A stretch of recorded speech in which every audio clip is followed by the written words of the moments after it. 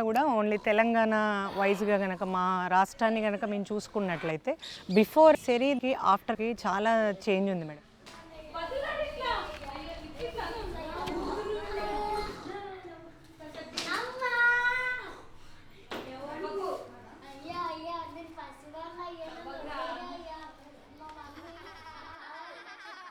సెరీ ప్రాజెక్ట్లో మనం ఏంటంటే ముందుగా ఫోకస్ చేసేది 1-2 తరగతుల్లో స్కిల్ డెవలప్ కావడము, తర్వాత 1 to 5th క్లాసెస్కి లైబ్రరీ ద్వారాగా హ్యాబిట్ అనేది డెవలప్ అవ్వడం.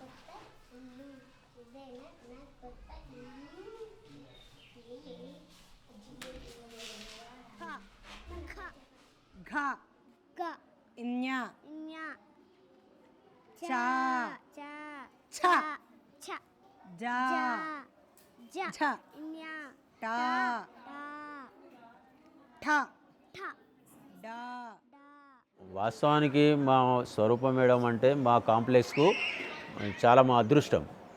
ఆమెతోటి అంటే ఆమె టీచింగ్ కానివ్వండి, ఒక ఉపాధ్యాయుల లెవెల్న టీచింగ్ పోతున్నది అంటే చూడండి, ఇక పిల్లలకి ఎంత మంచిగా చెప్తారు. తర్వాత ఏమవుతుంది, ఒక ఆయన వచ్చి ఆరామ్సే పడుకుంటుంది అరుగు మీద. అట్లాంటి వాళ్ళకి టీచర్లకు ఆమె టీచింగ్ చేస్తుంటుంది. ఈ మధ్యలోనే ఆమె ఇక్కడ ఒక చిన్న స్కూల్కి వచ్చింది, ప్రైమరీ స్కూల్. అప్పుడు స్ట్రెంత్ ఎంత 3, 4, 5 మెంబర్స్ కంటే ఇప్పుడు ఇవాళ 23 మెంబర్స్ తీసుకొచ్చింది ఆమె. ఇతరత్ర పుస్తకాలు కూడా చదవండి. ఉంగరం, మీరు అందరూ ఏమేమో వస్తువులు తీసుకున్నారు కదా, నేను మాత్రం ఉంగరం తీసుకున్నాను. మనము ఈ ఉంగరానికి సంబంధించిన పాఠాన్నే చెప్పుకుందాం, ఓకేనా?